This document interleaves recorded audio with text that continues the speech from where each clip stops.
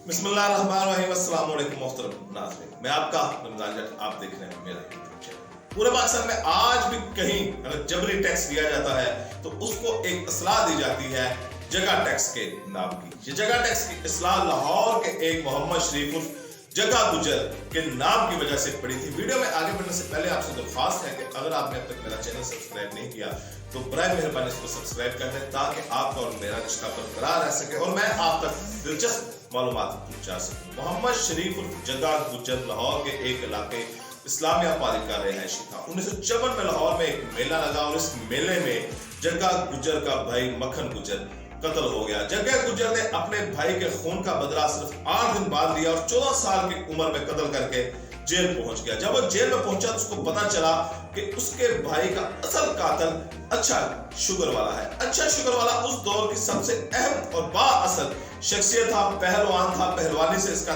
ताल्लुक था और इसका लाहौर में बदमाशी का डंका बजता था। आप इसकी ताकत का अंदाजा इस बात से लगाएं कि उस दौर का नवाब ऑफ कालाबाग जो दहशत की इलामत था उसको ये अच्छा शुगर वाला की जरूरत पड़ती थी कि जब बदअमनी या एहतजाज कोई ऐसे होते थे तो नवाब ऑफ कालाबाग अच्छा शुगर वाला को बुलाता था, उसको कहता था कि इस मामला को हल करो। अच्छा शुगर वाला गोल्डन हाउस में ऐसे आता जाता था कि जैसे वो अपने घर में आता जाता था। दूसरे लफ्जों में अच्छा शुगर वाला नवाब ऑफ कालाबाग का राइट हैंड था और नवाब ऑफ कालाबाग पंजाब में खौफ और दहशत की अलामत था और नवाब ऑफ कालाबाग अच्छा शुगर वाला को खौफ और दहशत फैलाने के लिए इस्तेमाल करता था। गवर्नर हाउस में ही नवाब ऑफ कालाबाग ने अच्छा शुगर वाला को तमगा शराफत भी दिया था और जब हुकूमत बदली, नवाब ऑफ कालाबाग चले गए, हुकूमत बदली तो अच्छा शुगर वाला को गिरफ्तार किया गया और जब अच्छा शुगर वाला थाने में आया तो उसने तफ्तीशी को हंस के कहा कि ताडे भी कानून दा पता नहीं लगता, कदी वो तमगा शराफत दे दे ते कदी मेरे ते गुंडा होंदा पर्चा कट देते। बहरहाल कहानी की तरफ वापस आते हैं। जग्गा गुजर को जब ये पता चला कि उसका जो भाई का कातिल है वो अच्छा शुगर वाला है तो उसने जेल में ही अच्छा शुगर वाले के ऊपर कातिलाना हमला करवा दिया जिसमें अच्छा शुगर वाला जख्मी हुआ और उसके 2 अफराद हलाक हो गए।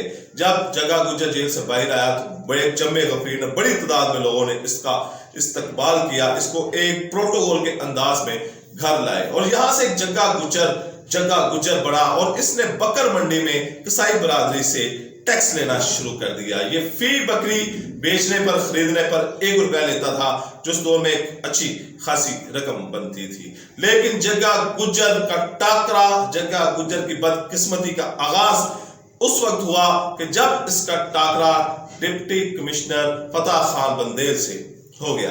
टाकरा इस तरह हुआ कि जग्गा गुजर एक दिन मजाक चुंगी में अपने साथियों के साथ अपनी मखसूस जेब में गुजर रहा था। उसने मजाक चुंगी में ब्रेक लगाई।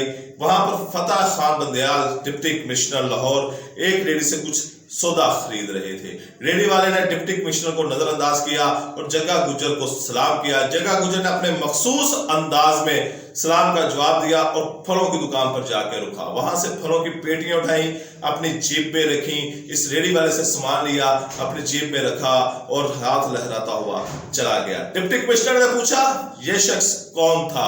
रेडी वाले ने कहा यह लाहौर का बादशाह है, इसका नाम जग्गा गुजर है और यह लाहौर का असल बादशाह है। जब रेडी वाले ने यह बात की तो डिप्टी कमिश्नर के कान की घंटी बजना शुरू हो गई। यह उसी वक्त थाना मुजाग में गया और एसएचओ को तमाम वाकया पेश किया। एसएचओ ने कहा लगता है डिप्टी कमिश्नर साहब आपको कोई गलतफहमी हुई है। डिप्टी कमिश्नर ने कहा आप मेरे साथ चलिए। डिप्टी कमिश्नर और एसएचओ और उनकी पूरी पुलिस की जो टीम थी, बटालियन थी, वो वहां पर फलों की दुकान पर गई और फलों वाले से पूछा कि क्या यहाँ पे वाकया हुआ है। उसने कहा नहीं जी नहीं, ऐसा कोई वाकया नहीं हुआ, हम मुफ्त फल क्यों देंगे, हम मुफ्त फल किसी को क्यों देंगे। फिर उस रेडी वाले के पास आए, उसने भी यही अल्फाज सुनाए कि नहीं जी नहीं, ऐसा कोई वाकया पेश नहीं आया। एसएचओ ने कहा जी आप सुन रहे हैं ये अवाम के तासुरात हैं तो आप कैसे कह सकते हैं कि यहाँ पे कुछ हुआ है। डिप्टी कमिश्नर वापस अपने दफ्तर चला गया, वहां से घर नहीं गया, वापस अपने दफ्तर चला गया। उस वक्त एसएसपी हाजी हबीबुर रहमान लाहौर के एसएसपी थे, उन्होंने हाजी हबीबुर रहमान को बुलाया, तमाम वाकया पेश किया। अब हाजी हबीबुर रहमान ने कहा अच्छा हुआ आपने तमाम वाकया अपनी आंखों से देख लिया, अब आप क्या करें, किसको कानून में लाए, उसके खिलाफ कोई पर्चा नहीं काट सकता, उसके खिलाफ कोई गवाही नहीं दे सकता, पुलिस वाले भी उससे डरते हैं, अवाम भी उससे डरती है। लेकिन डिप्टी कमिश्नर जो लाहौर का बादशाह होता है उसने कहा यहाँ पर मैं रहूंगा या जग्गा गुजर रहेगा, या लाहौर का बादशाह मैं हूं या जग्गा गुजर हूं। जग्गा गुजर के खिलाफ घेरा तंग होना شروع کر دیا. ڈپٹی کمشنر نے گھیرا تنگ کرنا شروع کر دیا. اور جب یہ بات جگہ گجر تک پہنچی تو یہ حاجی حبیب الرحمان کے پاس آیا اور اس کے ساتھ اپنے معاملات سیٹ کرنے کی کوشش کی.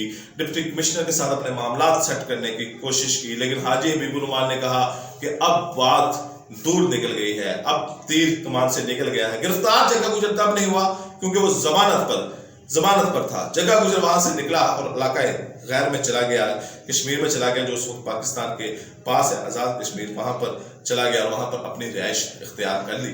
لیکن جگہ گجر پولیس اس کے پیچھے تھی اور جگہ گجر وہاں سے یہاں سے لاہور سے نکل گیا تھا, لیکن ڈپٹی کمشنر اور پولیس اس کے جگہ گجر کی تعاقب میں تھی. اور وہاں سے مخبروں سے پتا چلا, پولیس کو پتا چلا کہ جگہ گجر اپنی ماں سے ملنے کے لیے بےتاب ہے اور لاہور آنے کے لیے کوشش نہیں کر رہا ہے.